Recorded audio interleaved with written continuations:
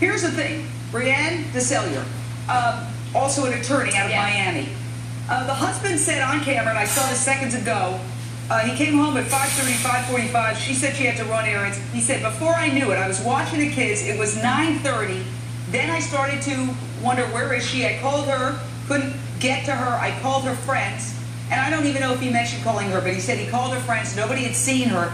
And then he said he started to panic around 9:30ish and called the cops. So he called the cops in relatively short order. What's interesting is they didn't start looking for her until the next morning, according to reports.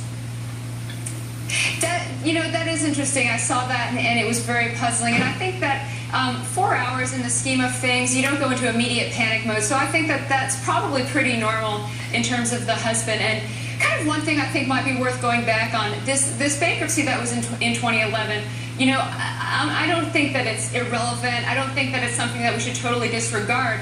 But, when you consider the fact that several years have elapsed since then, I think it would be a little attenuated for us to kind of assume or suggest that, the bankruptcy is in any way necessarily related to the disappearance. At least not without more evidence. Chapter 7, when you file Chapter 7, that stays on your record for 10 years when you file Chapter 7 as an individual. That could be great stress on the family in addition to the credit score. Well, what exactly is it? Yeah, she's a stay-at-home mom. I don't disagree with you. I just don't think you should suggest anything. Right, we're not. But Chapter 7 is different from Chapter 13. My understanding is Chapter 7 is when you have less money and it's an entire liquidation of everything. It's not like where you make an agreement to pay things off like Chapter 13, right?